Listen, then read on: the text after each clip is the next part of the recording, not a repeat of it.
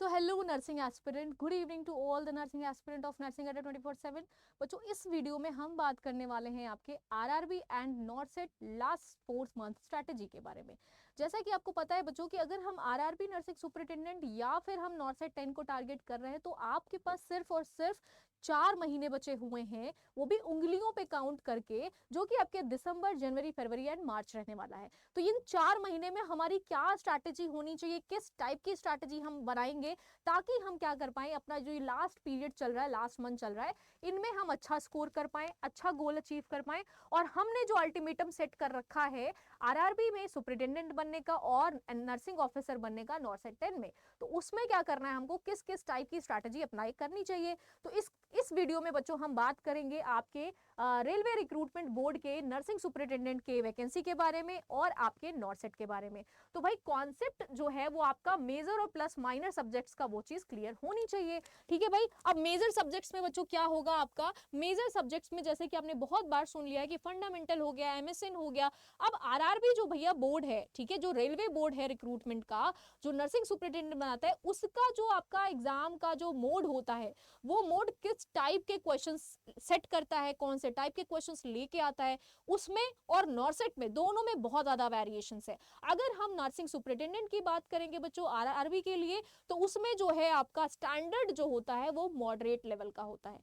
ठीक है। अगर हम नॉर्सेट 10 की बात करें तो उसमें बच्चों आपका जो स्टैंडर्ड होता है वो हायर लेवल का होता है, यानी कि कॉन्सेप्ट प्लस आपके सिनेरियो बेसिस क्वेश्चंस देखने को मिलते हैं। वहीं एट द सेम टाइम आपके रेलवे में बच्चों वन शॉट क्वेश्चंस के वेटेज ज्यादा देखने को मिलते हैं।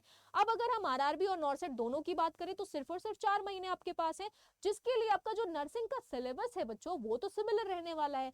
अब 2025 तो आपके पास बहुत ज्यादा मेहरबान था। ठीक है। 2025 में आपको आरएमएल की दो वैकेंसीज, ठीक है, केजीएमयू, एसजीपीजीआई, आपके रेलवे की जो बोर्ड है उसका जो रिक्रूटमेंट था वो चीज देखने को मिली। नॉर्सेट का आपने एग्जाम दे दिया, एम्स आपने सीआरई का एग्जाम दिया, तो वो सारी चीजें बच्चों आपको बहुत वैकेंसीज देखने को मिली।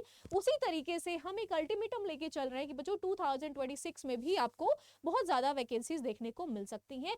अब उसके लिए जब आपका टारगेट ही दो कंडीशंस है, लाइक आपका आरआरबी और दूसरा आपका नॉर्सेट, तो इन दो पर्टिकुलर वैकेंसीज के लिए, एग्जाम्स के लिए आपको ऐसा क्या करना चाहिए कि आपको इसमें अचीवमेंट अच्छा मिल सके, आप अच्छा स्कोर कर पाओ। तो वही सेम फंडा बच्चों नर्सिंग के लिए आपको कॉन्सेप्ट्स पढ़ने हैं। कॉन्सेप्ट भी किसके, सबसे पहले यू हैव टू क्लियर और मेजर सब्जेक्ट्स। ठीक है। पूरे के पूरे कॉन्सेप्ट्स और कॉन्सेप्चुअल जो थ्योरीज होती हैं वो मेजर सब्जेक्ट्स के आपको बच्चों क्लियर कर लेने हैं। ठीक है। अब क्लियर करने के लिए बच्चों मेजर सब्जेक्ट्स की अगर हम बात कर रहे हैं तो वहीं पे हम क्या करेंगे, माइनर सब्जेक्ट्स की भी बात करेंगे, बिकॉज जो आरआरबी है वो आपके दोनों सब्जेक्ट्स को इक्वली लेके चलता है। बट अगर नॉर्सेट की हम बात करें तो कुछ पर्टिकुलर सब्जेक्ट्स के वेटेज, लाइक आपका एमएसएन हो गया, क्लिनिकल बेस्ड यानी कि सिनारियो बेस्ड क्वेश्चंस हो गए, ठीक है, आपके थेराप्यूटिक जो प्रोसीजर्स होते हैं उनसे रिलेटेड क्वेश्चंस हो गए, मेडिकल सर्जिकल के जो प्रोसीजर्स हो गए, इन सबका वेटेज नॉर्सेट के लिए ज्यादा देखने को मिलता है। तो मेजर एंड माइनर दोनों ही थ्योरीज को आपको क्या करना है बच्चों, कॉन्सेप्ट को क्लियर करना है। ठीक है।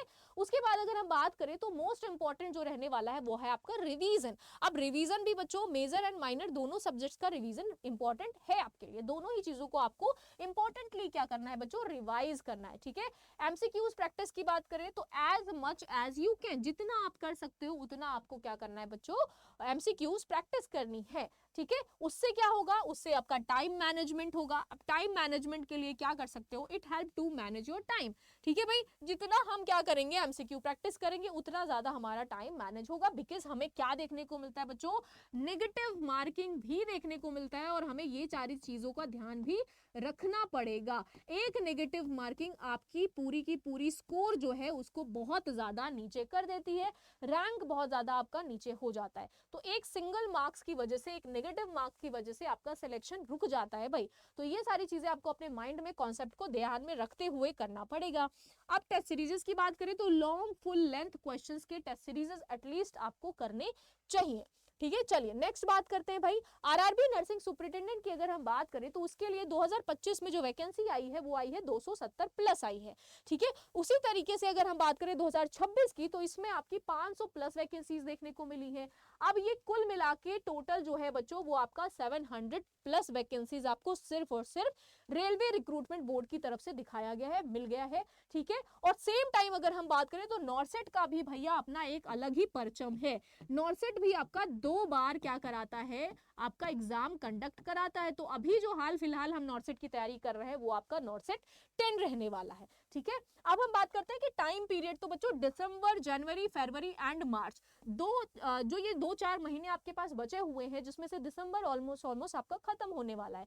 तो अगर उंगलियों पे काउंट करोगे तो इट्स बीन 3 to 3.5 मंथ्स, ठीक है।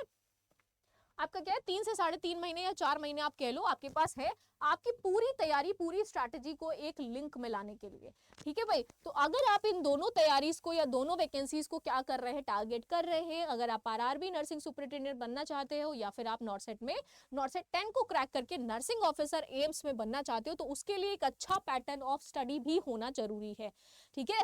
स्मार्ट स्टडी होना चाहिए। जैसे कि मैंने अपने प्रीवियस वीडियोज में बच्चों बताए हैं कि देयर आर 3 थिंग्स, ठीक है, बहुत ज्यादा इंपॉर्टेंट रहने वाले हैं। 3 थिंग्स जो है वो आपके लिए बहुत ज्यादा इंपॉर्टेंट रहने वाले हैं, जिसमें पहला अगर मैं बात करती हूँ तो फोकस, ठीक है।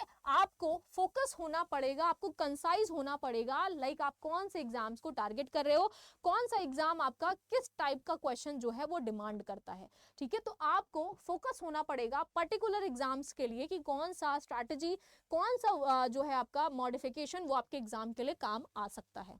नेक्स्ट वन अगर मैं बात करूं तो स्किप करने की टेंडेंसी। भैया स्किप करने की टेंडेंसी जो है वो बहुत ज्यादा इंपॉर्टेंट रहने वाली है, क्योंकि हमें क्या लगता है कि हमें सब आता है और हमारा माइनस मार्किंग होने की वजह से भाई सिलेक्शन रुक जाता है, ठीक है। क्योंकि माइनस मार्किंग है तो हमें क्या करना है भाई, स्किप करने की टेंडेंसी भी आनी जरूरी है, आनी चाहिए। नेक्स्ट अगर मैं बात करूं तो टारगेट्स। अब ये टारगेट्स कौन कौन से हो सकते हैं, डेली रिवीजन, ठीक है, बहुत मस्ट है, बहुत ज्यादा इंपॉर्टेंट है। आपको क्या करना है बच्चों, कॉन्सेप्ट वाइज आपको डेली रिवीजन करते रहना है। Second one, daily mock test. Mock test भी आपको सॉल्व करते रहना है, चाहे वो आरआरबी की तैयारी के लिए हो, चाहे वो आरएमएल की तैयारी के लिए हो, या पर्टिकुलरली आप नॉर्सेट के लिए तैयारी कर रहे हो।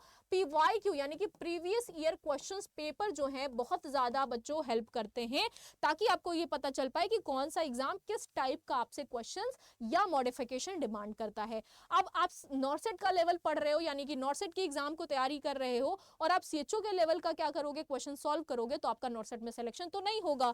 तो इसीलिए जो भी, चाहे आप स्टेट के वैकेंसीज के लिए पढ़ रहे हो, चाहे आप सेंट्रल लेवल के वैकेंसीज के लिए पढ़ रहे हो, एग्जाम्स के लिए तैयारी कर रहे हो, आपके दिमाग में ये क्लियरिटी होनी जरूरी है कि भाई आप क्या करोगे, प्रीवियस ईयर क्वेश्चन पेपर उठा के आप उनका मॉडिफिकेशन देखोगे कि किस टाइप का स्टैंडर्ड ऑफ क्वेश्चन पूछा जाता है, ठीक है। तो वो चेकआउट करने के लिए आप क्या कर सकते हैं, पीवाईक्यूज सॉल्व कर सकते हो, ठीक है। जितने पीवाईक्यूज आपको मिलते हैं उतने पीवाईक्यूज आप क्या करोगे, एक बार देख लोगे कि भाई कौन सा एग्जाम किस टाइप का क्या करता है, क्वेश्चन कंडक्ट कराता है। नेक्स्ट अगर मैं बात करूं तो क्वेश्चन प्रैक्टिस, कॉन्सेप्ट या फिर टॉपिक वाइज जो भी कॉन्सेप्ट आपने पढ़े हैं, जो भी टॉपिक्स आपने डील किए हैं, उससे रिलेटेड आप क्या करेंगे भाई, यहाँ पे क्वेश्चन प्रैक्टिस भी करोगे, ठीक है। अब इतनी सारी चीजें बच्चों बात हमने कर ली, तो यहाँ पे ये नहीं समझ में आ रहा है कि क्या किस तरीके से हम स्टार्ट करेंगे या क्या चीज हमारे लिए इंपॉर्टेंट रहने वाली है।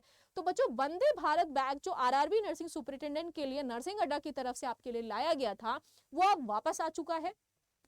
अगर आपको नहीं पता तो मैं आपको यहाँ पे ये बता देती हूँ कि रेलवे में, ठीक है, नर्सिंग सुपरिटेंडेंट में सबसे ज्यादा जो सिलेक्शन रहा है वो नर्सिंग अड्डा की तरफ से रहा है, और इसी बैच से रहा है, ठीक है भाई, वंदे भारत बैच से ही रहा है। तो अगर आप 2026 या ऑल्सो 2025 के लिए नर्सिंग सुपरिटेंडेंट की तैयारी बनने के लिए कर रहे हैं, तो आपको बच्चों ये जो बैच है जो हमने वापस लेके आया है, उसमें क्या कर सकते हैं, इनरोल कर सकते हैं, ठीक है। इसमें जो क्लास है आपकी बच्चों वो 26 दिसंबर से क्या कराई जाएगी, स्टार्ट कराई जाएगी 9 to 10 PM, 9 AM to 10 PM। इसमें बच्चों बहुत ही सुप्रीम लेवल के आपको टीचर्स लाइक विवेक सर हो गए, परी मैम हो गई, पीटी सर हो गए, आयुषी मैम हो गई, सादिया मैम हो गई, इन सब के क्लासेस आपको यहाँ पे सुप्रीमली देखने को मिलेंगे, with MCQs, with test series, with mentorship, जो कि आपके लिए एक बंच ऑफ क्या होने वाला है, एक बंच ऑफ सेल होने वाला है भाई, ठीक है। नेक्स्ट अगर मैं बात करूं, अगर आप नॉर्सेट 10 की तैयारी कर रहे हो बच्चे, तो हमारी तरफ से बाईलिंगुअल यानी कि हिंदी और इंग्लिश दोनों में आपका क्या है, विजय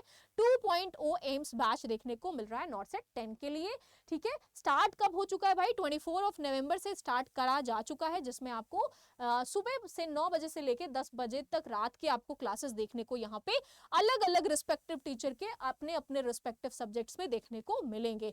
अब ये सोच रहे होंगे कि इसमें तो क्लासेस बहुत पहले से, लेकिन जो बच्चों ने अभी डिसाइड किया है कि उनको नॉट सेट 10 आगे क्रैक करना है, उनकी बैकलॉग लगने के बाद भी आपको रिकॉर्डेड क्लासेस अवेलेबल करा दी जाएंगी। बच्चे आप क्या कर सकते हो, इसमें भी इनरोल कर सकते हो। अब अगर आप नॉर्सेट के लिए ट्राई कर रहे हैं या आप आरआरबी के लिए ट्राई कर रहे हैं बच्चों, तो ये सबसे क्रूशियल टाइम है कि आप इस बैच में इनरोल कर लो, बिकॉज नर्सिंग अड्डा आपके लिए लेके आया था एक सेल, जो सेल आज के आज समाप्त होने वाली है। अभी क्या कर सकते हैं, आप डिस्क्रिप्शन बॉक्स में दिए गए नंबर पे कॉल कर सकते हो और ब्रीफ जानकारी की लाइक हाउ टू एनरोल, कैसे एनरोल कर सकते हैं, कैसे और ज्यादा आप क्या कर सकते हो, कूपन ऐड करके आप अपना जो है बजट फ्रेंडली एक पैकेज के साथ ये एनरोल कर सकते हो बैच। तो उसके लिए आप डिस्क्रिप्शन बॉक्स में एक नंबर दिया गया है, उस पर आप कांटेक्ट करके आगे की जानकारी ले सकते हैं।